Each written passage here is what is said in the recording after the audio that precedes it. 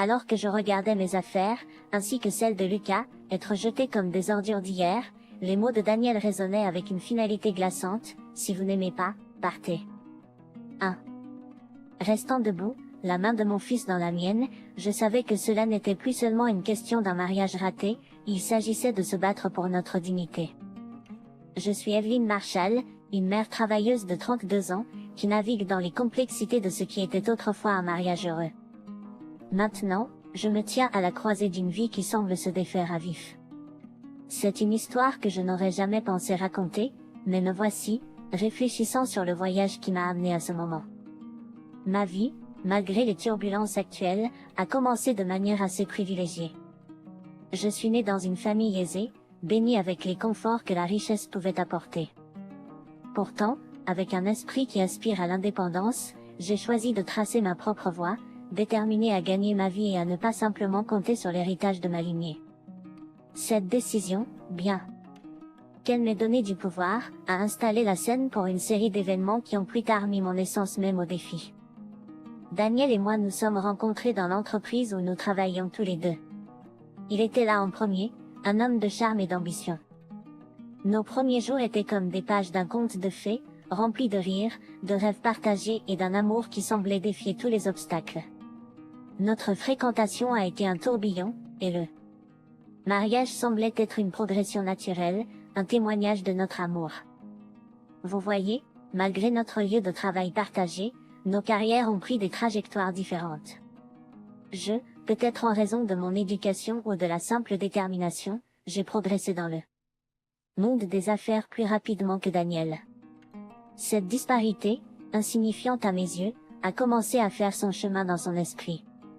Quand Lucas, notre fils, est entré dans nos vies, je pensais que cela nous rapprocherait, solidifierait notre lien. J'ai pris un congé de maternité, embrassant la maternité avec toutes ses joies et béchis. Le comportement de Daniel, cependant, a pris un tournant inattendu. Ses commentaires, initialement subtils, sont devenus de plus en plus amers. Comme c'est agréable de pouvoir gagner de l'argent sans avoir à travailler, il dirait, ces mots imprégnés d'une dédaine qui me coupait. Le soutien financier que j'appréciais s'est transformé en un outil pour affirmer la domination, une façon de me rappeler ma prétendue dépendance pendant mon congé. Le lieu de travail n'a pas été épargné non plus. En tant que supérieur de Daniel sur le plan professionnel, j'ai dû maintenir un équilibre délicat entre être sa femme et sa chef. J'ai essayé de garder nos vies personnelles et professionnelles séparées, mais les lignes se sont brouillées, la tension était palpable.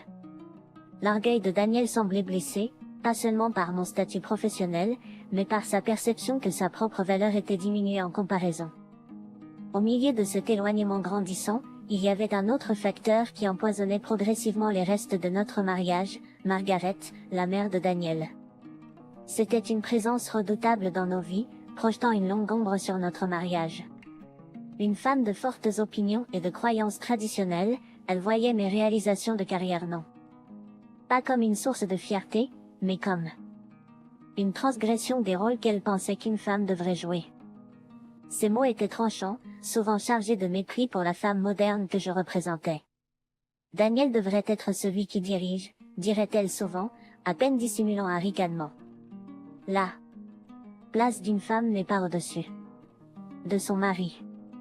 Ces mots, résonnant dans notre maison, n'ont fait qu'alimenter les insécurités croissantes de Daniel.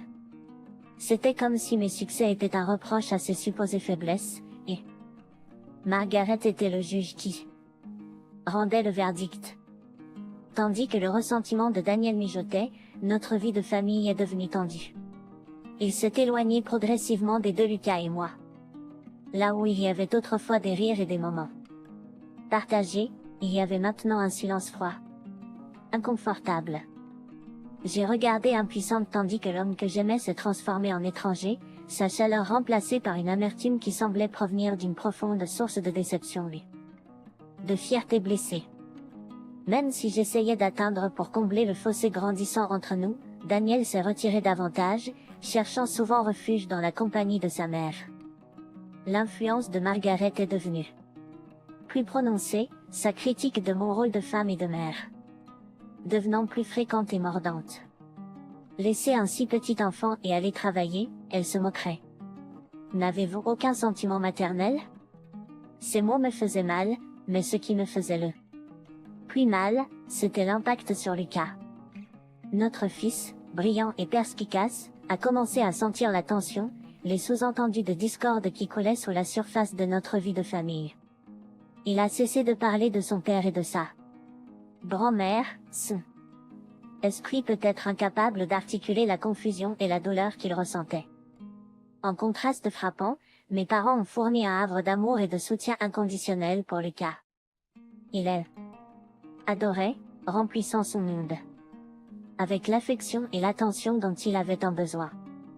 Leur maison est devenue son refuge, un endroit où il pouvait être un enfant insouciant, loin des complexités qui assombrissaient notre propre maison. Alors que je regardais Lucas prospérer en leur présence, une pensée a commencé à germer dans mon esprit. L'environnement à la maison, la tension constante et le froid, n'étaient pas ce que je voulais pour mon fils. L'idée de quitter, une fois impensable, a commencé à sembler une option viable, même nécessaire. Mais j'étais déchiré, coincé entre mon engagement envers mon mariage et le bien-être de mon fils. C'est dans ce tumulte, alors que je luttais avec la décision qui m'attendait, que quelque chose de décisif s'est produit, quelque chose qui a changé le cours de nos vies pour toujours. Le jour qui a tout changé a commencé comme n'importe quel autre, mais il s'est terminé en laissant mon nom dans miettes. Je suis rentré à la maison après le travail pour trouver l'impensable, mes affaires, ainsi que celles de Lucas, étaient éparpillées dans la cour, jetées comme des ordures. Mon cœur a battu au rythme d'un mélange de choc et d'incrédulité tandis que je contemplais la scène chaotique devant moi.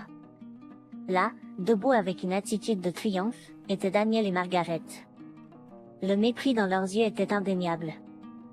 Les mots de Daniel me frappèrent comme un coup physique. Depuis que maman déménage, on a viré tes affaires. Si tu n'aimes pas ça, va-t'en. Sa voix était froide, dépourvue de la chaleur que je connaissais autrefois. Le ricanement de Margaret était tout aussi blessant, on n'a pas besoin d'une femme qui ne se soucie pas de son mari. Emmène ton petit-fils laid et va-t'en. Leurs paroles cruelles et impardonnables résonnaient dans mes oreilles. Mais au milieu de la douleur et du choc, un sens de la clarté a commencé à émerger. Ce n'était pas seulement une attaque contre moi, mais contre notre fils innocent, qui se tenait à mes côtés, les yeux écarquillés de confusion et de peur. La réalisation m'a frappé fort, ce n'était plus la famille ou la maison que je chérissais autrefois. Il était temps de partir. Avec un cœur lourd mais un esprit résolu, j'ai rassemblé nos affaires, mes mains tremblant d'un mélange de rage et de chagrin. Lucas, encore trop jeune pour comprendre pleinement la situation, a aidé silencieusement, son bavardage habituel remplacé par un silence sombre. Alors que je faisais mes bagages, un souvenir est remonté à la surface, un détail sur notre maison que j'avais presque oublié, un accord de location, avec une clause qui pourrait nous donner elle avantage. Mais dans ce moment-là, j'ai choisi de rester silencieux. Que je les laisse croire qu'ils avaient gagné, pour l'instant. Ma priorité était d'éloigner Lucas de cet environnement toxique. On s'en va. Daniel et Margaret se sont regardés, satisfaction suffisante dans leurs yeux. Ils ne savaient pas encore que ce n'était pas la fin, mais le début de ma lutte de retour. Avec Lucas à mes côtés, je suis partie de la maison qui n'était plus une maison. Le trajet jusqu'à la maison de mes parents était silencieux, chacun de nous perdu dans ses propres pensées. En arrivant, la lumière chaleureuse des fenêtres offrait un contraste frappant avec le froid que nous avions quitté. Dans ce moment, je savais que j'avais pris la bonne décision. Nous étions en sécurité, nous étions aimés, et, plus important encore, nous étions libres de l'amertume et de la cruauté qui avaient assombri nos vies. Le sanctuaire de la maison de mes parents s'est senti comme un baume pour nos cœurs meurtris. Leur choc de notre arrivée soudaine a rapidement cédé la place à un soutien inébranlable qui a enveloppé Lucas et moi. Dans leur étreinte, j'ai trouvé la force que je craignais avait été drainée par les événements de notre ancienne maison. Lucas, toujours résilient, s'est adapté rapidement à notre nouvelle réalité. Le lien qu'il partageait avec mes parents était une joie à voir, leur amour inconditionnel remplissant le vide laissé par l'abandon de son père. regarder jouer et rire avec eux, je me sentais une pointe de regret pour ne pas avoir fait ce mouvement plus tôt. Son bonheur était un rappel frappant de ce qu'il avait manqué. Dans le silence de ma vieille chambre, maintenant notre refuge temporaire, j'ai réfléchi à notre avenir. La décision de divorcer Daniel n'était pas seulement une nécessité, mais une résolution pour protéger Lucas et moi de tout mal supplémentaire. La décision de divorcer Daniel n'était pas seulement une nécessité, mais une résolution pour protéger Lucas et moi de tout mal supplémentaire.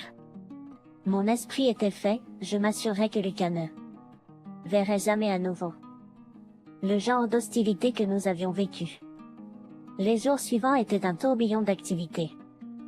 En rencontrant un avocat, un vieil ami de la famille, j'ai exposé les détails de ma situation. Il m'écouta attentivement, son expression un mélange de détachement professionnel et de préoccupation personnelle. Nous avons discuté de la logistique du divorce, des arrangements de garde, de la pension alimentaire pour enfants et du partage des biens. Bien que je sois financièrement en sécurité, grâce à mes revenus et à mon héritage, j'insistais pour que Daniel assume la responsabilité de son fils. Retourner à la maison pour collecter le reste de nos affaires était une expérience surréaliste. Le lieu qui avait autrefois été rempli de rire et d'amour se tenait maintenant vide et silencieux, une coquille de ce qu'il était autrefois. Lucas s'accrochait à mon côté, sa petite main serrant fort la mienne alors que nous emballions les restes de notre vie là-bas. En partant, j'ai jeté un dernier coup d'œil à la maison. C'était plus qu'un bâtiment, c'était un symbole d'une vie qui aurait pu être. Mais en me tournant, je me sentis libre. Les liens qui m'avaient lié à cet endroit, à une vie remplie de discorde et d'insatisfaction, étaient maintenant rompus. Avec chaque jour qui passait, le choc et la douleur initiale faisaient place à un sentiment d'espoir et d'anticipation pour l'avenir. Le rire de Lucas est devenu la bande-son de nos jours, et dans ses sourires, j'ai trouvé la motivation pour reconstruire nos vies. Nous recommencions, mais cette fois, nous le faisions à nos propres conditions. Le voyage à travers le paysage juridique du divorce était comme naviguer dans une mer orageuse. Mon avocat, aguerri aux marées et au courant de telles procédures, était une lumière guide. Le point de mire principal était d'assurer un arrangement équitable de la pension alimentaire pour enfants. Bien que ma situation financière soit stable, j'ai insisté pour que Daniel assume ses responsabilités en tant que père de Lucas. Le jour où nous avons présenté les papiers de divorce à Daniel était chargé de tension. Sa réaction à la clause de pension alimentaire pour enfants était un mélange de méfiance et de colère. Pension alimentaire pour enfants? Après tout le déshonneur que vous m'avez causé? A-t-il rétorqué, sa voix un mélange d'indignation et de choc. Margaret, toujours l'antagoniste, a ajouté son venin habituel. Pourquoi John devrait-il payer un centime à cette femme ingrate? Malgré leurs éclats, je suis resté résolu, mon avocat expliquant calmement les obligations légales et la justesse du montant proposé. La frustration de Daniel était évidente, mais la réalisation que sa réputation professionnelle pouvait être en jeu s'il négligeait ses responsabilités semblait atténuer sa rébellion. Pendant que nous finalisions les procédures de divorce, je ne pouvais m'empêcher de réfléchir aux ironies de tout cela. Voici Daniel, l'homme auquel j'avais jadis promis ma vie, maintenant un étranger. Presque virtuel, lié à moi seulement par les légalités de notre passé partagé et notre fils. À ces moments-là, une gamme d'émotions m'a submergé, un soulagement de me libérer d'une relation toxique, de la tristesse pour l'amour qui avait autrefois été, et une détermination féroce à construire un meilleur avenir pour Lucas et moi. Le divorce a marqué la fin d'un chapitre de ma vie, mais il a également signifié le début d'un nouveau départ. En sortant du bureau de l'avocat, avec les papiers de divorce en main, je me suis senti un poids quitter mes épaules. Avec les batailles juridiques derrière nous, j'ai tourné mon attention vers la reconstruction de nos vies.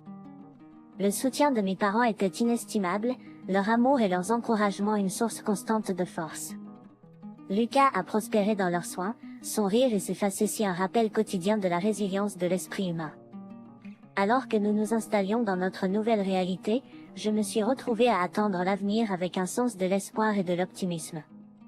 Le chemin à venir était incertain, mais j'étais déterminée à le parcourir avec grâce et force, pour moi-même et pour mon fils. Les jours suivant le divorce ont été un mélange de soulagement et de reconstruction. Mais au milieu de ce nouveau départ, une révélation m'attendait, un retournement de situation que j'avais gardé proche de ma poitrine. La maison, le champ de bataille de notre dernier conflit, cachait un secret qui allait bientôt s'avérer décisif en ma faveur. Cela a commencé par un appel téléphonique insignifiant de Daniel, maintenant plus un étranger que jamais.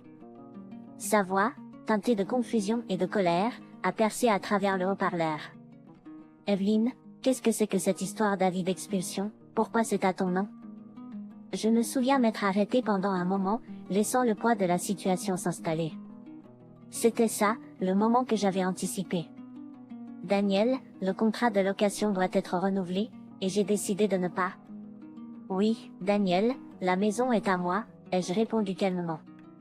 Le silence de l'autre côté était palpable tandis que la réalisation s'imposait à lui. C'est une partie des propriétés sous mon nom, héritées de ma famille. Toutes ces années, il avait cru que la maison était à nous, mais en fait, c'était une partie de mon héritage. La conversation qui a suivi a été un mélange d'incrédulité, de colère et de désespoir. Le temps de Daniel a changé, passant de l'accusation au suppliant alors que la pleine mesure de sa situation devenait claire. Sans la maison, ils étaient, de fait, sans abri. Ma décision était cependant ferme. La maison, symbole d'une vie passée, devait être laissée partir, tout comme j'avais laissé partir la relation. Tu dois trouver un autre endroit, Daniel. Nous sommes divorcés maintenant, et tu n'es plus de ma responsabilité. Il ne s'agissait pas seulement de la maison ou du divorce, il s'agissait de poser des limites et d'affirmer mon indépendance à l'égard d'une relation qui était devenue toxique. Au fur et à mesure que les jours se transformaient en semaines, j'ai regardé Daniel et Margaret lutter pour trouver un nouvel endroit. Au fur et à mesure que les jours se transformaient en semaines, j'ai regardé Daniel et Margaret lutter pour trouver un nouvel endroit. Une partie de moi compatissait à leur détresse, mais une autre partie me rappelait la nécessité de cette dure leçon. Ils devaient comprendre qu'actions ont des conséquences, et parfois ces conséquences sont irrévocables. Pendant ce temps, la vie pour Lucas et moi s'améliorait. Notre petit appartement près de la maison de mes parents était devenu un havre de paix et de stabilité. Les rires de Lucas remplissaient la pièce, un son qui était devenu ma mélodie favorite. Au cours des semaines qui ont suivi l'avis d'expulsion, la réalité de leur nouvelle situation a commencé à se révéler à Daniel et Margaret. Ils avaient été négligents, peut-être sous l'hypothèse que le confort et la stabilité qu'ils appréciaient étaient permanents. Mais maintenant, face à la nécessité immédiate de trouver une nouvelle situation de vie, leur monde était chamboulé. Pour Daniel, j'ai perdu ma maison, mais aussi la stabilité et le soutien auquel je m'attendais. Ma fierté, déjà ébranlée par le divorce, a subi un autre coup dur alors que je luttais pour accepter les conséquences de mes actions. Margaret, elle aussi, a vécu un réveil brutal. Le rêve qu'elle avait de vivre confortablement avec son fils, libre des responsabilités qu'elle détestait tant, s'est effondré. La perspective de trouver un nouvel endroit, surtout dans des conditions financières difficiles, était décourageante. Quant à moi, les conséquences du divorce et de l'expulsion m'ont apporté un sentiment de clôture. Bien que cela ait été douloureux de voir leur lutte, cela m'a également rappelé l'importance du respect de soi et d'établir des limites dans les relations. C'était une leçon pour reprendre le contrôle de sa vie, quels que soient les choix difficiles qui s'imposent. Pendant ce temps, Lucas et moi nous sommes installés dans notre nouvelle routine. Notre appartement, bien que plus petit que la maison que nous avions quittée, était rempli d'amour et de rire. La résilience de Lucas était une source constante d'émerveillement et de fierté pour moi. Nos journées étaient remplies de petits plaisirs, promenades dans le parc, visites à la bibliothèque et soirées passées avec mes parents, qui continuaient d'être un pilier de soutien. Dans ces moments, entouré des personnes qui comptaient vraiment, je trouvais une sérénité que je n'avais pas ressentie depuis longtemps. L'expérience m'a également appris l'importance de regarder vers l'avenir, de ne pas laisser le passé dicter l'avenir. J'ai commencé à me concentrer sur la reconstruction de ma vie, pas seulement pour moi, mais aussi pour Lucas.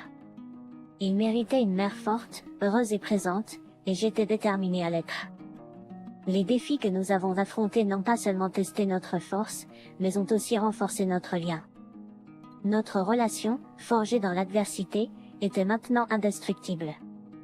Et en regardant Lucas, grandir et prospérer malgré tout, je savais que peu importe ce que l'avenir nous réservait, nous le surmonterions ensemble, avec amour et courage. L'aube de notre nouvelle vie apportait un sentiment de renouveau et d'espoir.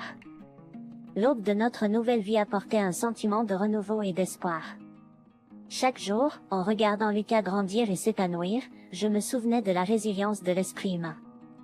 Notre petit appartement débordait de rire et d'amour, témoignait de notre parcours et de la force que nous nous étions découverts mutuellement. Le bonheur de Lucas était ma lumière directrice. Ses yeux remplis de curiosité, si pleins de rondeur et de joie, étaient pour moi une constante réminiscence de l'innocence et de la pureté que la vie avait encore à offrir. Je me surprenais à chérir les moments simples. Ces causeries enthousiastes sur sa journée à l'école, les soirées tranquilles à lire ensemble et les week-ends à explorer la ville avec mes parents. Ce sont ces moments qui comptent, les souvenirs qui façonneront l'enfance de Lucas. Sur le plan professionnel, j'ai trouvé un nouveau sens à ma vie et une nouvelle satisfaction. Avec les turbulences personnelles derrière moi, j'ai pu me concentrer sur ma carrière avec une nouvelle vigueur.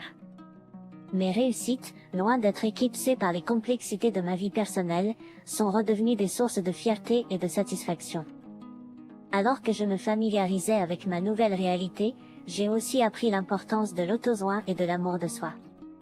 J'ai trouvé du réconfort dans de petits actes de gentillesse envers moi. Même, une soirée tranquille avec un livre, une promenade paisible dans le parc ou un rendez-vous café avec un ami.